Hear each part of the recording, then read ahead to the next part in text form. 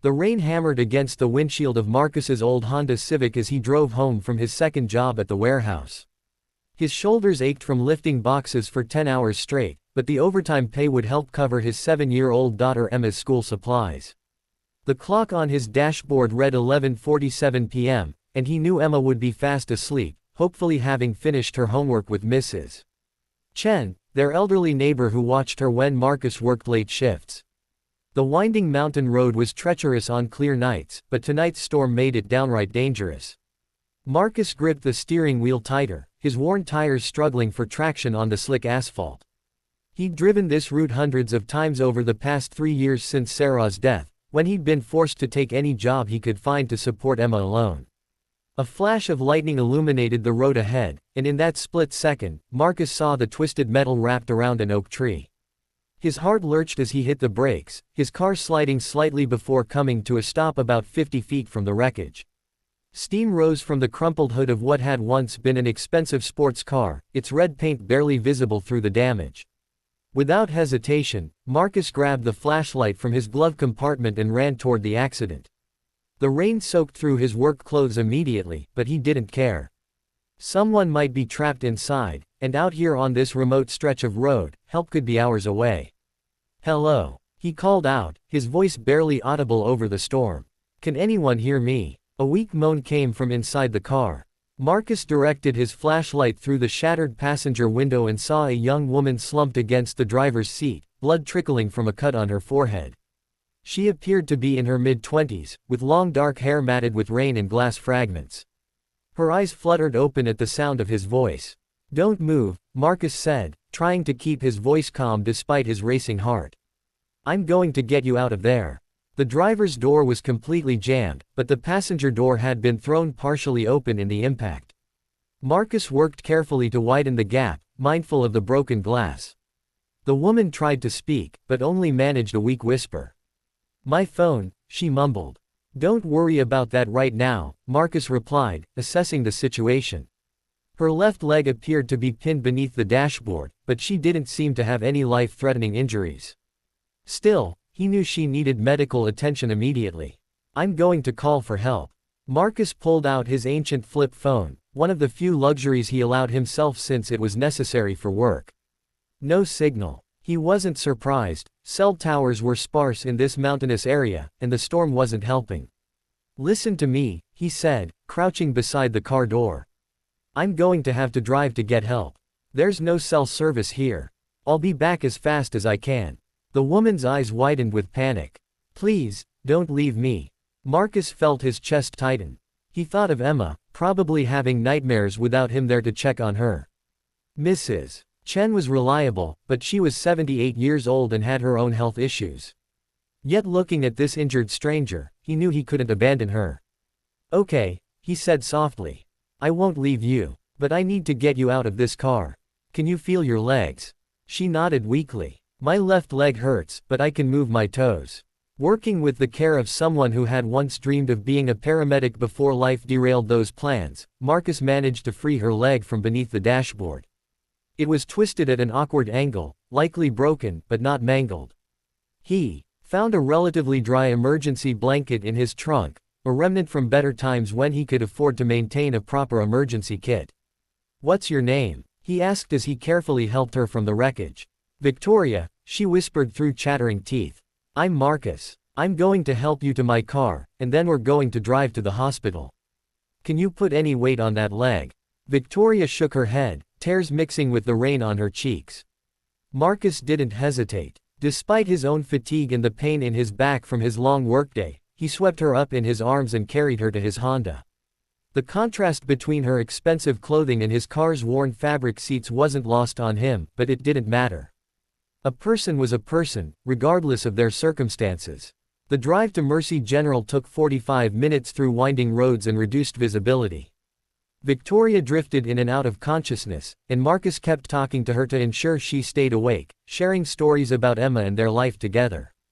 He mentioned how Emma loved to draw pictures of butterflies, how she wanted to be a veterinarian when she grew up, how she still asked about her mother sometimes even though Sarah had been gone for 3 years.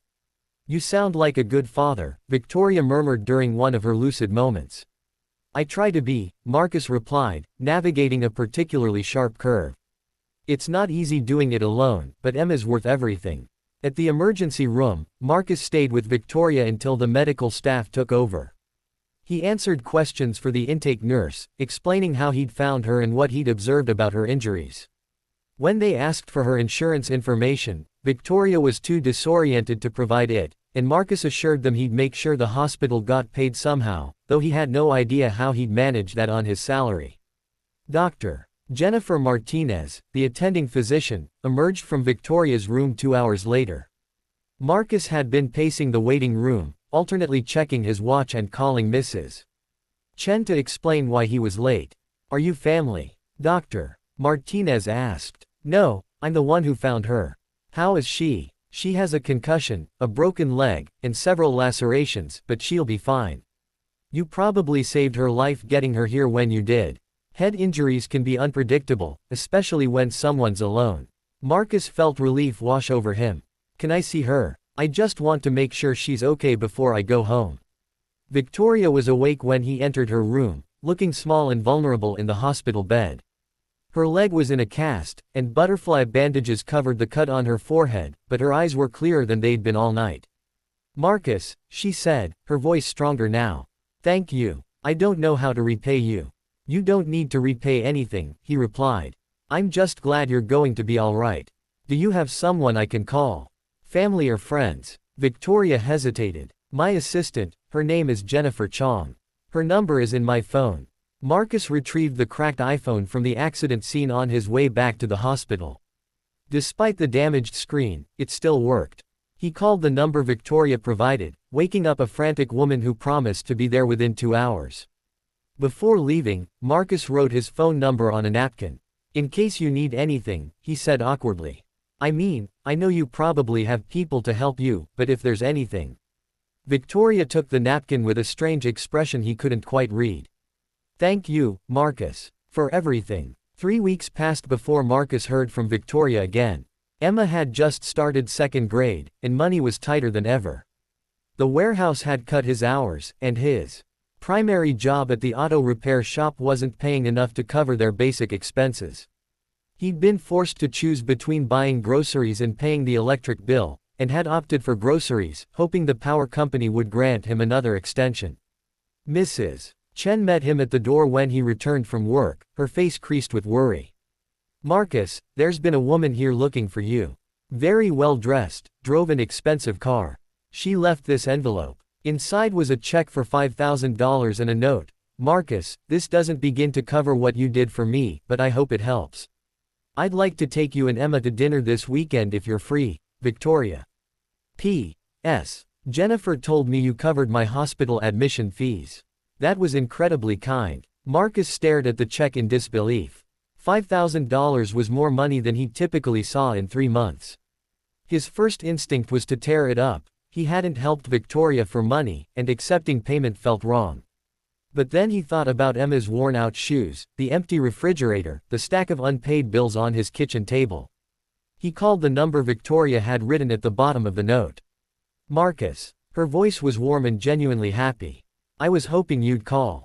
How are you? How's Emma? We're fine, he said, though it wasn't entirely true. Victoria, I can't accept this money. What I did, anyone would have done the same thing. No, she said firmly. Not everyone would have stayed with a stranger on a dark road in the middle of a storm. Not everyone would have carried me to safety and sat in a hospital waiting room for hours. And definitely not everyone would have told the hospital they'd cover the costs for someone they'd just met. About dinner, Marcus said, changing the subject because her gratitude made him uncomfortable. Emma would love that, but I should probably mention that she can be pretty talkative. Fair warning. Victoria laughed, and the sound was lighter than he remembered from that night in the rain. I'm looking forward to meeting her. They met at a family restaurant downtown, nothing fancy, which Marcus appreciated. He'd been worried Victoria might choose somewhere expensive where he'd feel out of place. Emma wore her best dress, a hand-me-down from their neighbor's granddaughter that Marcus had carefully altered to fit her properly. Victoria arrived in a modest sedan rather than the sports car she'd crashed, though Marcus suspected it was still worth more than he made in a year. She walked with a slight limp but seemed otherwise fully recovered. What struck him most was how she interacted with Emma. She listened intently to his daughter's excited chatter about school and her art projects, asking thoughtful questions and laughing at Emma's 7-year-old humor. "Daddy says you were hurt in a car accident," Emma said with the directness of childhood. "Are you better now?" "Much better, thanks to your dad," Victoria replied. "He's a real hero." Emma beamed with pride. "Daddy's the best. He works really hard to take care of me. Sometimes he's tired but he still helps me with homework and reads me stories." Marcus felt his cheeks warm. "Emma, eat your chicken nuggets." As the evening progressed, Marcus found himself relaxing despite his initial nervousness. Victoria was easy to talk to, asking about his work, his hopes for Emma's future, his life before becoming a single parent. She seemed genuinely interested in their modest world, never making him feel judged or pitied. When Emma excused herself to use the restroom, Victoria leaned forward. "Marcus, can I ask you something personal?" He nodded, bracing himself. "Why won't you cash the check?" "Because it feels like charity," he admitted. "I helped you. Because it was the right thing to do, not because I expected payment." "What if I told you I wanted to offer you a job instead?" Marcus frowned. "What kind of job?" "I run a company that provides security and emergency response services. We need someone to head our community outreach program, someone who understands what it's like to face real challenges, who has genuine empathy for people in difficult situations. The salary would be $60,000 a year, plus benefits and health insurance for both you and Emma." Marcus nearly choked on his coffee. "Victoria, you don't even know me. You have no idea if I'm qualified for something like that. I know you stayed with a stranger on the worst night of her life. I know you carried her to safety without thinking about yourself. I know you promised to pay hospital bills for someone you'd never met. I know you're raising a remarkable little girl on your own while working multiple jobs. That tells me everything I need to know about your character." Emma returned to the table, sliding back into her seat with a chocolate-smeared grin from the ice cream sundae Victoria had ordered for her. "Are you coming to my art show at school next week?" she asked Victoria with the hopeful innocence of a child who'd already decided this new adult was worthy of inclusion in her small circle. Victoria glanced at Marcus, who nodded slowly. "I wouldn't miss it," she said. The job offer wasn't charity disguised as opportunity, Marcus discovered that quickly. Victoria put him through the same rigorous interview process as any other candidate, including meetings with the board of directors and background checks. The company, Richmond Security Solutions, was one of the most respected firms in the region, and the position she'd offered was legitimate and demanding. What Victoria hadn't mentioned during that dinner was that she owned the company. Marcus learned that detail from Jennifer Chong, Victoria's assistant, during his second interview. Ms. Richmond founded RSS 5 years ago after her father died, Jennifer explained matter-of-factly. She inherited his construction business but sold it to start this company instead. She wanted to focus on helping people rather than just building things.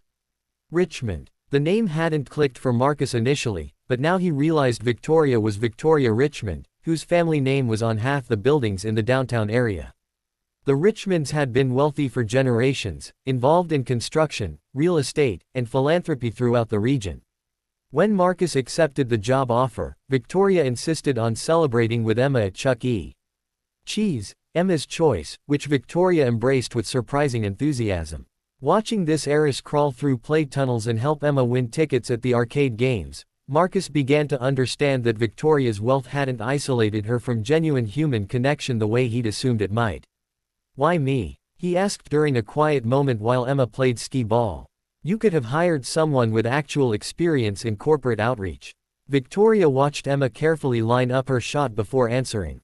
"Do you remember what you told me in the car that night? About Emma wanting to be a veterinarian?"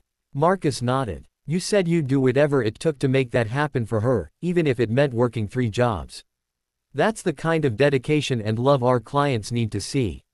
Most of them are going through the worst experiences of their lives: home invasions, stalking, domestic violence situations. They don't need someone with an MBA and a corporate background. They need someone who understands that sometimes life knocks you down, and you have to find the strength to get back up." The transition to his new role was smoother than Marcus had expected. His mechanical background helped him understand the technical aspects of security systems, and his natural empathy made him effective at working with clients who were frightened and vulnerable. Emma thrived with the stability the new job provided, better health insurance, a regular schedule that allowed Marcus to attend her school events, and enough income that they could move to a safer neighborhood with better schools. Victoria became a regular part of their lives, though Marcus was careful not to assume anything about her motivations. She attended Emma's art show as promised, cheering louder than any parent when Emma's butterfly painting won second place. She joined them for pizza dinners and helped Emma with a science project about weather patterns.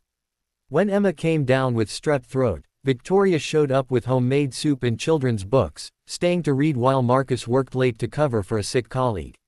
It was during one of these ordinary evenings that Marcus finally worked up the courage to address the elephant in the room. "Victoria," he said after Emma had fallen asleep on the couch between them during a movie. "Why are you really here?" She looked down at Emma's sleeping form, her hand gently smoothing the child's hair.